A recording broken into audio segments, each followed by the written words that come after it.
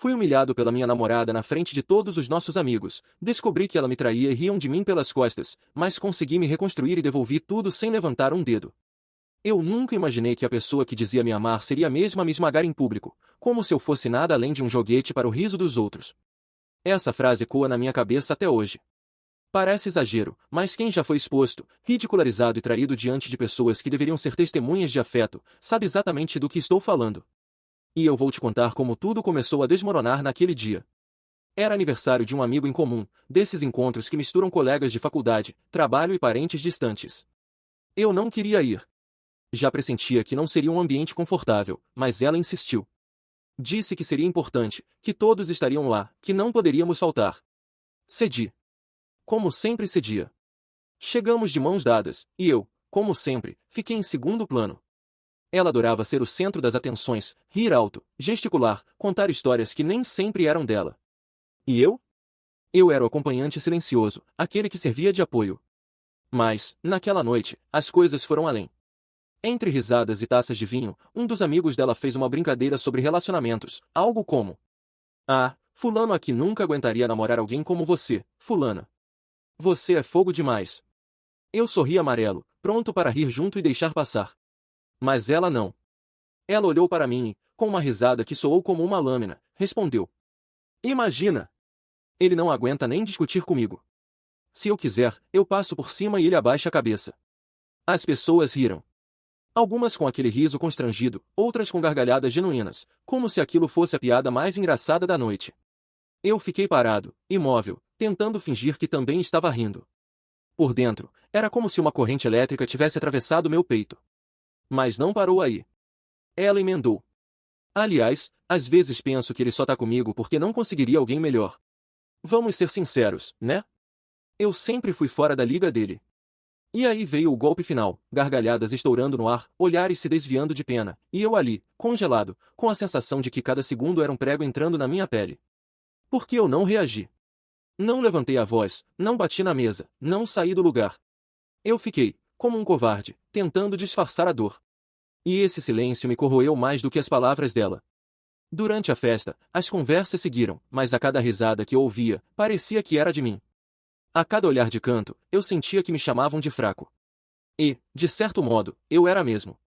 Porque eu estava lá, permitindo que a pessoa que dizia me amar me rasgasse em público sem piedade. No carro, a caminho de casa, o silêncio era ensurdecedor. Eu só conseguia pensar na cena se repetindo em loop. Eu queria gritar, perguntar por quê, exigir respeito. Mas as palavras não saíam. Até que, com aquele tom de voz que misturava deboche e impaciência, ela disse: "Você tá com essa cara por quê? Foi só uma brincadeira, você leva tudo a sério demais." Uma brincadeira. Para ela, minha dignidade, minha imagem, minha dor, eram uma piada. Mas, dentro de mim, algo se quebrou. Naquela noite, quando cheguei em casa, me tranquei no banheiro e me encarei no espelho. Eu parecia um estranho. Olhos vermelhos, rosto pálido, mandíbula trincada. Eu me perguntava, como eu cheguei até aqui? Como permiti que alguém me reduzisse a isso? O problema é que a humilhação não tinha ficado apenas entre nós. No dia seguinte, mensagens começaram a pipocar no meu celular. "Tá tudo bem entre vocês? Cara, leva na esportiva, ela é assim mesmo. E até você devia aprender a se impor, senão ela vai sempre mandar em você." Cada palavra era um tijolo em cima do meu peito. Eu não conseguia respirar. Não era apenas a humilhação em si. Era a constatação de que todos tinham visto. Todos tinham testemunhado minha fragilidade. E, pior, eu percebi que aquilo não tinha sido um acaso. Porque, quanto mais eu pensava, mais lembrava de outras vezes em que ela havia me diminuído, de forma mais sutil. Uma brincadeira aqui, um comentário atravessado ali. Mas dessa vez, ela tinha passado de todos os limites. Eu tentei justificar na minha mente, talvez ela estivesse bêbada, talvez fosse nervosismo social, talvez quisesse apenas chamar atenção. Mas, no fundo, eu sabia a verdade. Ela tinha feito aquilo de propósito. Porque, para ela, eu não era um parceiro, eu era um palco. Um coadjuvante para seu show particular. E a pior parte? Eu percebi que eu mesmo havia me colocado nesse papel. Fiquei a madrugada inteira sem dormir. Me revirando na cama, olhando para o teto, repetindo cada palavra dela como se fossem marteladas. "Ele não aguenta discutir comigo. Nunca conseguiria alguém melhor." A cada lembrança, meu sangue fervia. Eu me sentia pequeno, sujo, ridículo. E, ao mesmo tempo, nascia uma chama que eu não conseguia ignorar. Porque, no fundo, algo em mim dizia, ela não tinha acabado comigo ainda. No dia seguinte, no trabalho, eu mal conseguia me concentrar. A cena se repetia sem parar na minha mente. Mas, entre as mensagens que chegavam, uma me fez congelar, era de um amigo em comum, que esteve na festa, dizendo: Cara, você merece coisa melhor. Não vou entrar em detalhes, mas abre o olho. O que ela faz na frente de todo mundo, não chega nem perto do que ela faz por trás. Eu li aquela mensagem dezenas de vezes, com a garganta seca e o coração batendo como um tambor. E foi ali que eu percebi que aquela humilhação em público não era o pior. Era apenas a ponta do iceberg. O que eu estava prestes a descobrir me quebraria ainda mais, mas também seria o início da minha transformação. Eu achava que já tinha sofrido o suficiente com a humilhação em público, mas a verdade é que aquilo foi apenas a superfície de um poço muito mais fundo. A mensagem que recebi do meu amigo não saía da minha cabeça. O que ela faz por trás? Essa frase virou um eco dentro de mim. Eu tentava me convencer de que era exagero, que talvez ele tivesse entendido errado, que fosse só fofoca. Mas, no fundo, eu sabia. Meu corpo inteiro já sabia. E acredite, quando você desconfia de algo assim, você não descansa até descobrir. Passei a semana em estado de alerta. Cada vez que ela pegava o celular, cada vez que sorria olhando a tela, cada vez que se ausentava por trabalho ou amigas, eu sentia o estômago embrulhar. A confiança já estava morta, eu só precisava do enterro. Mas a parte mais cruel é que eu não queria acreditar. Eu estava tão acostumado a justificar o comportamento dela que, mesmo com a humilhação fresca na memória, ainda buscava desculpas. Eu me agarrava à ideia de que ela era só impulsiva, de que tinha uma personalidade forte. Eu me agarrava à mentira porque a verdade doía mais do que eu estava pronto para encarar. Na sexta-feira, eu disse que ficaria até tarde no trabalho. Na verdade, saí mais cedo. Eu queria testar. Queria ver. Quando cheguei em casa, percebi que ela não estava. Liguei, e ela atendeu com a voz ofegante, dizendo que estava na casa de uma amiga, colocando o papo em dia. Eu desliguei. E ali, sentado no sofá da sala, com as luzes apagadas, senti um gelo percorrer meu corpo. Eu sabia que era mentira. No dia seguinte, fui procurar provas. Eu não me orgulho do que fiz, mas eu precisava saber. Peguei o celular dela enquanto ela dormia. O coração parecia que ia rasgar meu peito. Minhas mãos tremiam tanto que quase deixei o aparelho cair. E foi então que encontrei mensagens, fotos, conversas escondidas em aplicativos que eu nem sabia que ela usava. Risadas, flertes, intimidades. Não era uma vez, não era um deslize. Era uma rotina. Era parte da vida dela, como se fosse natural. E o detalhe mais perverso. Em várias mensagens, ela fazia piada de mim. Dizia que eu era bonzinho demais, que eu nunca suspeitaria de nada, que eu era previsível. Eles riam de mim. Eu, o idiota, o tapado. Eu juro, naquele momento, pensei que ia vomitar. Me tranquei no banheiro com o celular na mão, sentado no chão frio, tremendo, enquanto lia e relia aquelas mensagens. A humilhação na festa já tinha sido insuportável. Mas agora eu era o palhaço da vida dela também em segredo. Mas não era só isso. Nos dias seguintes, comecei a conectar os pontos. Cada viagem de trabalho, cada reunião de última hora, cada desculpa esfarrapada. Estava tudo ali, claro como água. E eu?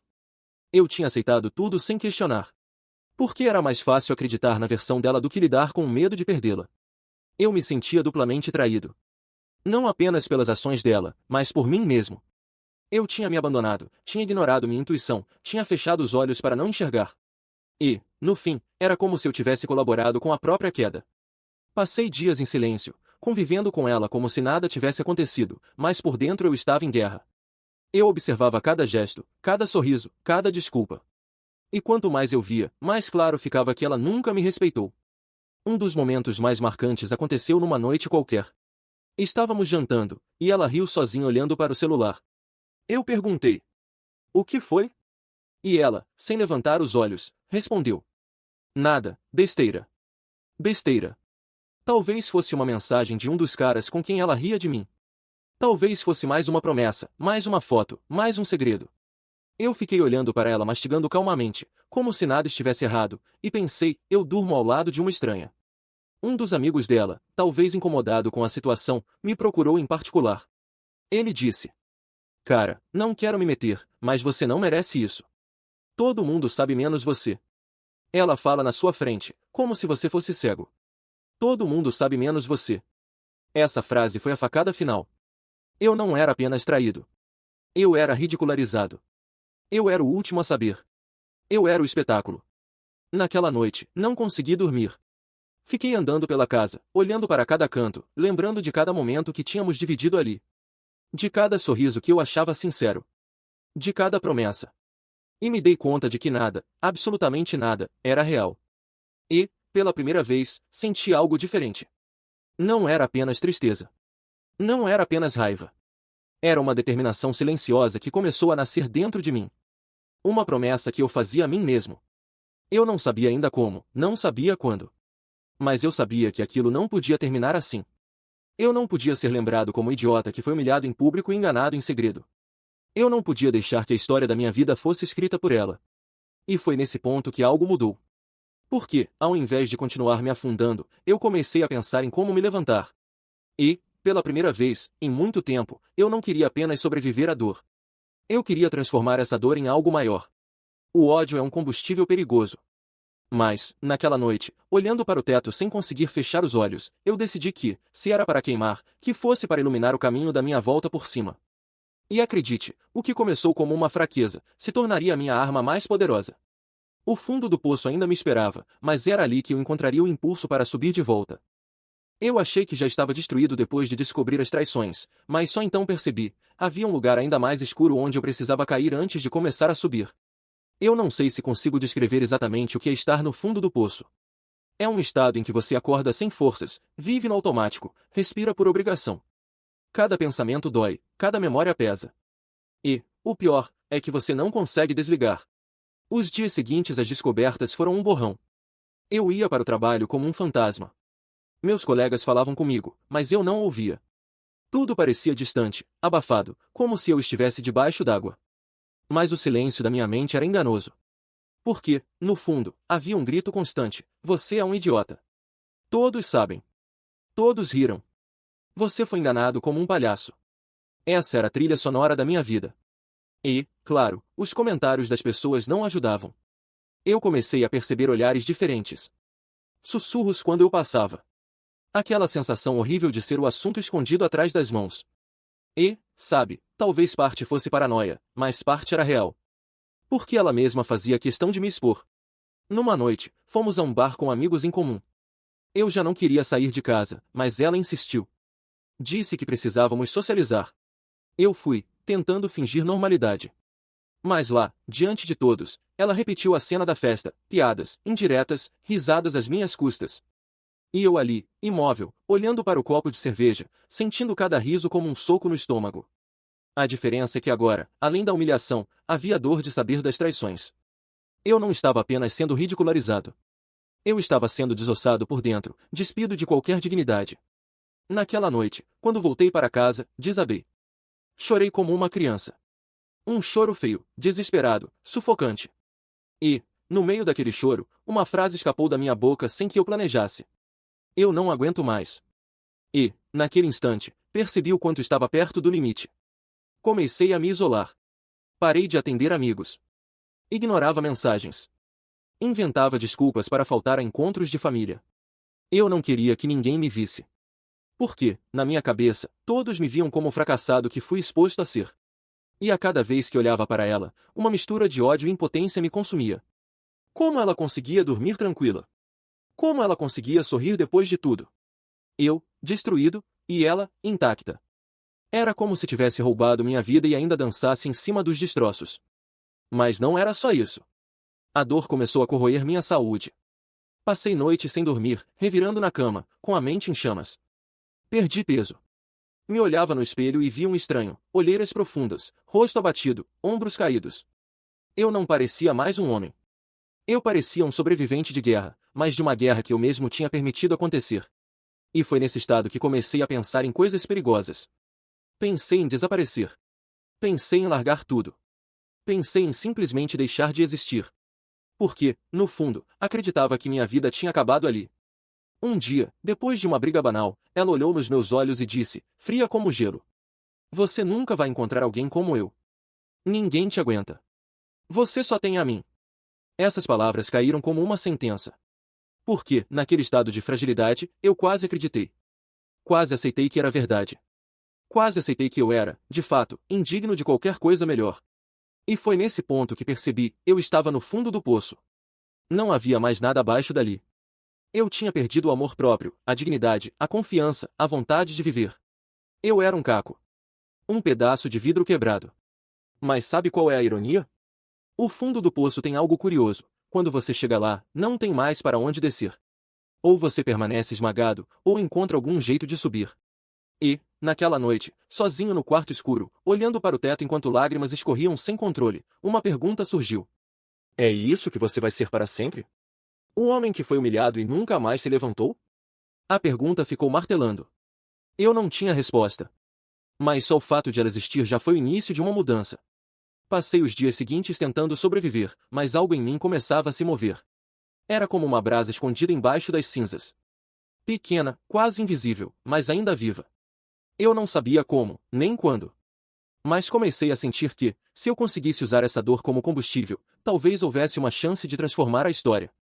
E foi exatamente nesse ponto, quando eu estava mais fraco, mais despedaçado, mais quebrado, que a ideia surgiu. A ideia que mudaria tudo. Eu já tinha chorado tudo o que tinha para chorar, sangrado por dentro até não sentir mais nada.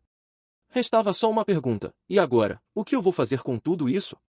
Chegar ao fundo do poço não me transformou de imediato. Não existe um botão mágico que liga a raiva e desliga a dor. Não foi assim comigo. Primeiro veio um silêncio estranho, um torpor. Eu comecei a observar a minha vida como quem olha um acidente já acontecido, não a mais como impedir, mas a como aprender. E, acredite, quando você passa a olhar as coisas sem a lente do medo, começa a ver com clareza quem realmente é o vilão e quem foi a vítima. Passei a me afastar dela aos poucos. Não disse nada. Não confrontei. Eu precisava de controle. Eu precisava recuperar minha mente antes de qualquer movimento. Porque enquanto eu recuava, ela estranhava. Começou a perguntar por que eu estava frio. Mandava mensagens carinhosas, tentava me provocar sexualmente, como se nada tivesse acontecido. Eu via tudo aquilo e sentia nojo. Não só dela, mas de mim, do que eu tinha permitido. Mas esse nojo, pela primeira vez, começou a me impulsionar. Comecei pequeno. Cortei o álcool, comecei a caminhar de madrugada, para limpar a mente. Cada passo era um grito silencioso: eu não vou morrer assim. Depois, voltei a falar com amigos. Alguns ficaram surpresos, outros aliviados. Muitos confessaram que sabiam que eu não estava bem há meses. Um deles, direto, disse: Cara, todo mundo via que ela não te respeitava. Você só não via porque amava demais. Doía ouvir, mas era necessário. Porque pela primeira vez, entendi, não era que eu era fraco.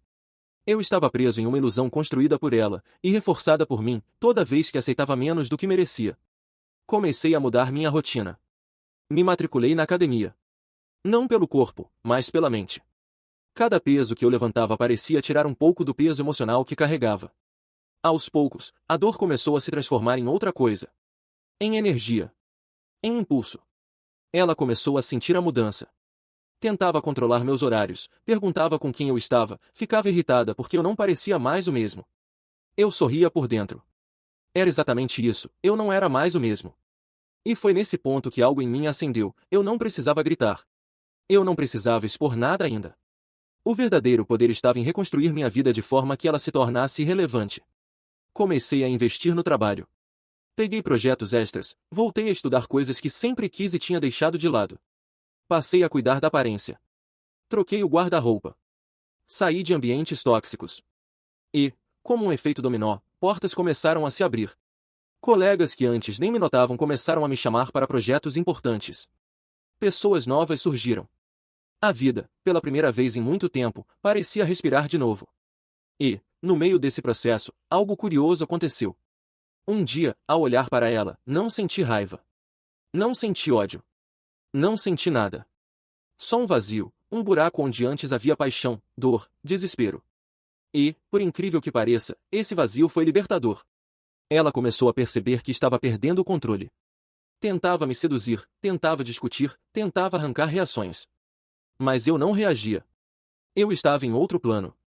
E quanto mais eu me afastava emocionalmente, mais ela enlouquecia.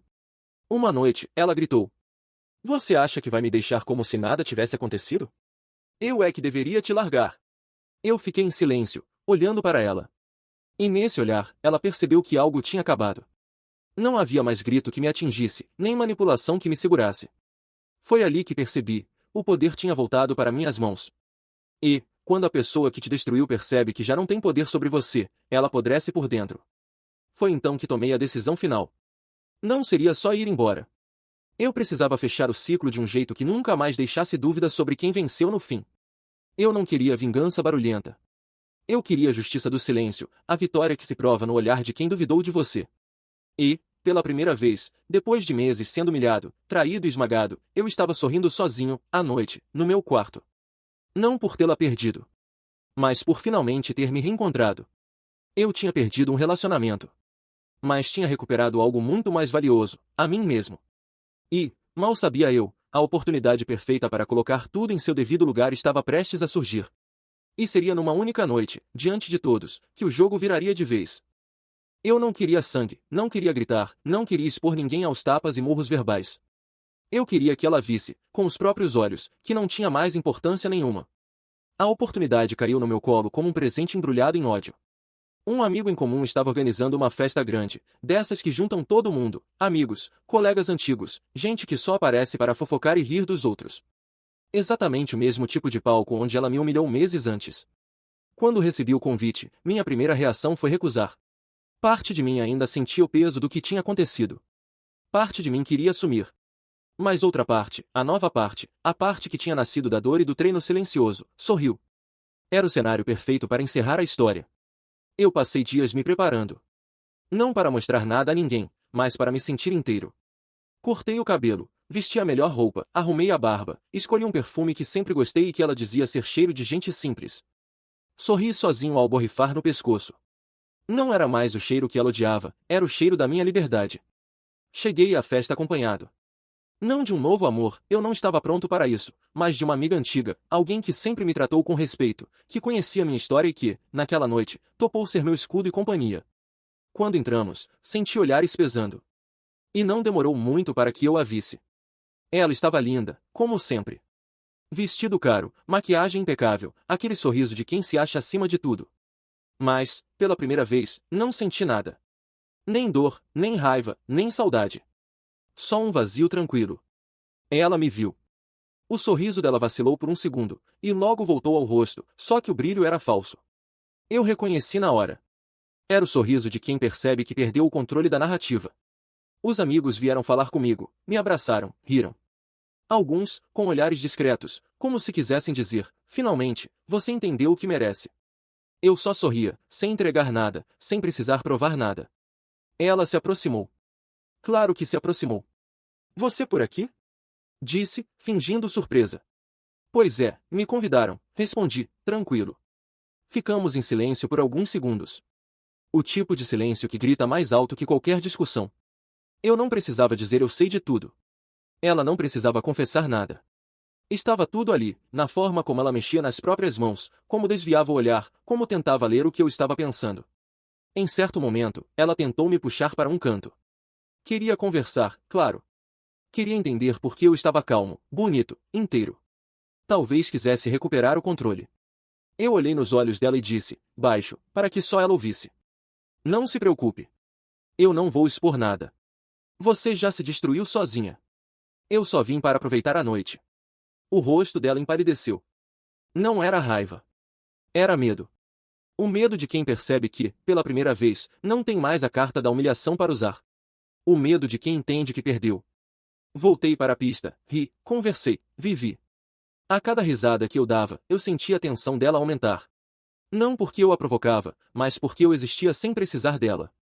E para alguém como ela, isso era a pior das vinganças. No fim da festa, quando me despedi dos amigos, ela tentou um último movimento. Podemos conversar depois? Só nós dois? Eu respirei fundo, olhei bem no fundo dos olhos dela e respondi, com a calma de quem já venceu. Não. Não temos mais nada para conversar. Eu já entendi tudo. E fui embora. Sem grito, sem plateia, sem drama. Só eu, minha amiga ao lado, e a sensação de que, finalmente, eu tinha encerrado um capítulo da minha vida. E enquanto andava até o carro, algo aconteceu dentro de mim. pela primeira vez, desde que tudo começou, senti paz. Não alegria, não euforia, paz. A certeza de que, de alguma forma, o universo tinha colocado as coisas no lugar.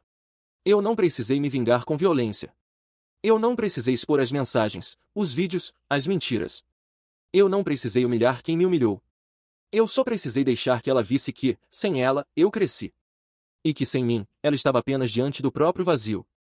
E quando sentei no banco do carro e fechei a porta, olhei para fora, para o céu, e pensei, acabou. Mas, lá no fundo, eu sabia, ainda faltava um último passo. Não para ela. Para mim. Porque a justiça silenciosa para o outro é boa. Mas a justiça emocional para si mesmo, essa é a que realmente liberta. E o último passo estava chegando, e seria o mais doce de todos. Eu tinha vencido o jogo sem precisar jogar sujo, mas ainda faltava provar para mim mesmo que aquela história não ia me definir, que eu era maior que a dor que vivi. Depois da festa, tudo mudou de vez. Ela tentou entrar em contato algumas vezes, mensagens cheias de saudade falsa, pedidos para conversar, desculpas mal construídas. Eu não respondia. Não por orgulho, mas porque, pela primeira vez, eu entendia, não precisava dar a ela mais nenhuma linha da minha atenção. Aos poucos, meu círculo social também se reorganizou. Gente que só estava por perto para fofoca foi desaparecendo. Amigos de verdade ficaram. Eles me viam diferente. Diziam que parecia outro homem. E era verdade. Eu não tinha só voltado ao que era antes, eu tinha me reconstruído. Comecei a me dedicar ainda mais ao trabalho, fechei um contrato importante, algo que parecia impossível meses atrás. As portas se abriram não porque o mundo mudou, mas porque eu mudei. Eu parei de pedir licença para existir. Parei de pedir desculpas por ocupar espaço. Um dia, do nada, encontrei um dos caras com quem ela tinha me traído. Eu o vi de longe, tentando fingir que não me reconheceu. Senti o coração acelerar, mas não de raiva, de calma. Cheguei perto, cumprimentei com naturalidade. O sujeito, constrangido, começou a se enrolar em desculpas que eu nem tinha pedido. Eu ouvi, parado, com um meio sorriso. Quando ele terminou de tropeçar nas próprias palavras, só respondi: "Fica tranquilo. Eu não carrego mais peso que não é meu." E fui embora, deixando-o ali, no meio da própria vergonha. Aquela cena me provou algo, eu não precisava que ninguém me devolvesse nada. Não precisava de arrependimento, pedido de desculpa, confissão. A verdadeira justiça estava no fato de que, enquanto eles ainda viviam presos àquela história suja, eu já estava muito além dela. Mas o melhor ainda estava por vir. Alguns meses depois, reencontrei alguém. Não foi amor à primeira vista, não foi explosivo, não foi filme. Foi calmo. Foi gentil. Foi diferente. Era alguém que me tratava com respeito desde o primeiro olhar, que não me diminuía, que ria comigo, não de mim. E, nesse novo começo, entendi de vez, o que vivi não foi só um relacionamento que deu errado. Foi um alerta brutal, doloroso, mas necessário, para me arrancar de um lugar onde eu estava me apagando. Não vou mentir, ainda havia cicatrizes. Ainda havia noites em que as memórias vinham como fantasmas. Mas, em vez de dor, elas traziam um tipo estranho de gratidão amarga, como quem sobreviveu a um acidente, mesmo mancando, ainda caminha. E foi num desses dias comuns, sem nada de especial, que percebi, eu estava bem. Verdadeiramente bem. Não só respirando, mas vivendo. Não só tentando seguir em frente, mas, de fato, livre. E a prova final veio de forma inesperada. Recebi uma mensagem dela, meses depois. Era longa, cheia de arrependimento, lembranças, tentativas de se justificar. Eu li tudo, sem pressa, sem raiva, sem emoção. Só li. No fim, ela escreveu: "Espero que um dia você me perdoe." Eu respirei fundo, fechei o celular e, sem responder, deletei a conversa. Não por rancor, mas porque já não havia mais nada para perdoar. Aquela pessoa, aquela história, aquele peso, não me pertenciam mais. A vingança silenciosa tinha sido para ela. A justiça emocional era para mim. E, naquele instante, percebi que já não havia nada a carregar. Eu não precisava provar nada, não precisava me proteger, não precisava lutar contra fantasmas. Eu tinha feito o que parecia impossível no início, transformei humilhação em força, traição em impulso, dor em libertação. Ela me quebrou em público, mas eu aprendi a me reconstruir em silêncio, e hoje, sou tudo o que ela jamais terá de novo. E, dessa vez, não havia plateia, não havia festa, não havia cena. Só eu, respirando fundo, de olhos fechados, sentindo um tipo de paz que só quem passou pelo inferno sabe reconhecer.